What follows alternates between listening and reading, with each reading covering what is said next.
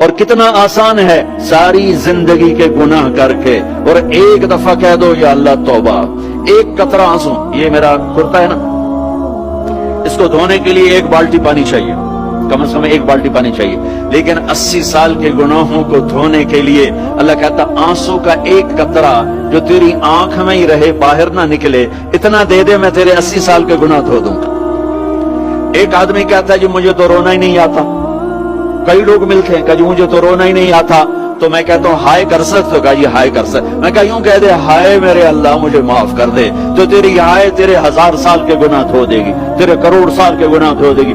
دیکھو تو صحیح واسطہ کس سے ہے؟ کریم سے۔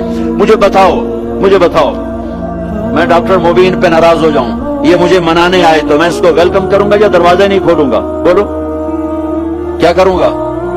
ویلکم تو نہیں کروں گا نا، میں کہوں گا جاؤ دفعہ ہو جاؤ، کیا منہ اٹھا کے آ گئے ہو؟ چلو ہم تو دوست ہیں، میری ماں ناراض ہو جائے میں منانے جاؤں گا، منہ ادھر کر کے بیٹھ جائے گی، منتیں کروائے گی، پیر پکڑوائے گی، خوش آمدیں کروائے گی، پھر معاف کر۔ اور میرا اللہ کیا کہتا ہے؟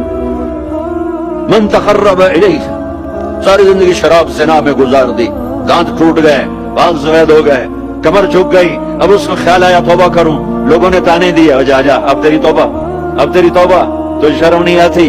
کعبہ کے سنوں سے جاؤ گے غالب شرم تم کو مگر نہیں آتی، تو اور کہاں جانا ہے؟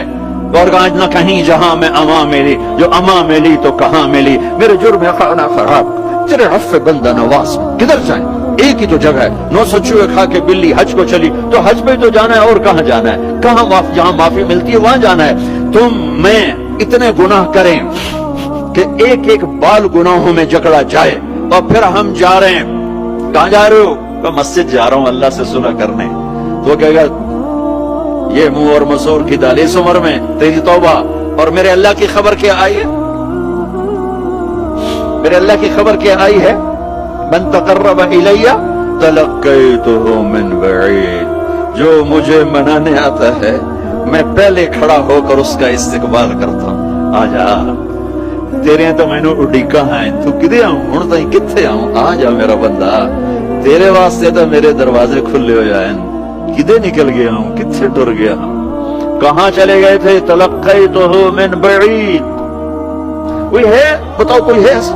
کوئی دوست، کوئی بھائی، کوئی بیٹا، کوئی ماں، کوئی بیگم، کوئی خامن، کوئی باپ، کوئی حکمران کہ تم روٹھے کو منانے جاؤ اور کہے ویلکم مرحبا، اور وہ جس کو کسی کی ضرورت نہیں، نبیوں کا محتاج نہیں، کسی کے سجدوں کا محتاج نہیں، فرشتوں کا محتاج نہیں، اس کو منانے جو اس کو تو ضرورت ہی کوئی نہیں ہے، پھر کیوں میرا استقبال کرتا ہے؟ ترمذی کی روایت ہے، بنی اسرائیل میں ایک نوجوان تھا کفل، روزانہ نئی لڑکی اپنے کمرے میں لاتا تھا، شراب اور لڑکی اس کی زندگی تھی۔ ایک رات ایک لڑکی کو لے کر آیا، 60 دینار پاکستان کا 12 لاکھ روپیہ بنتا ہے، اور آپ کا 1 لاکھ بنتا ہے۔ 1 لاکھ رینڈ دے کر وہ ایک لڑکی کو لے کر آتا ہے، جب کمرہ بند کیا تو دیکھا وہ لڑکی رو رہی تھی، تو کفل کہتا ہے میں زبردستی تو نہیں لے کر آیا، ڈیل کر کے لایا ہوں۔ تو وہ روتے بولی کفل طوائف نہیں ہوں، غریب، مجھے غربت نے عزت بیچنے تک پہنچا دیا ہے۔ میں کہا کرتا ہوں جب مالدار لوگ زکات نہیں دیتے تو غریبوں کی بیٹیاں طوائف بن جاتی ہیں، جب مالدار لوگ اپنے دنیا کو جنت بناتے ہیں اور غریبوں کو بھول جاتے ہیں تو غریبوں کی بیٹیوں کی عزتیں یوں نیلام ہوتی ہیں، وہ ساری زندگی کے لیے طوائف کا داغ اپنے ماتھے پہ لیتی ہیں اور زندگی بھر عزت کا ایک لمحہ نہیں گزار سکتی۔ اور طوائفوں سے کھیلنے والے وہ ویسے ہی مسٹر رہتے ہیں، وہ ویسے ہی ہز ہائنس رہتے ہیں، ویسے ہی یور آنر رہتے ہیں۔ ایک بچی کی عزت برباد ہو گئی اور اس خبیث کی عزت ویسے کے ویسے ہے، اس لیے تو میرے اللہ نے قیامت کا دن رکھا ہے، اس لیے تو میرے اللہ نے قیامت کا دن رکھا ہے۔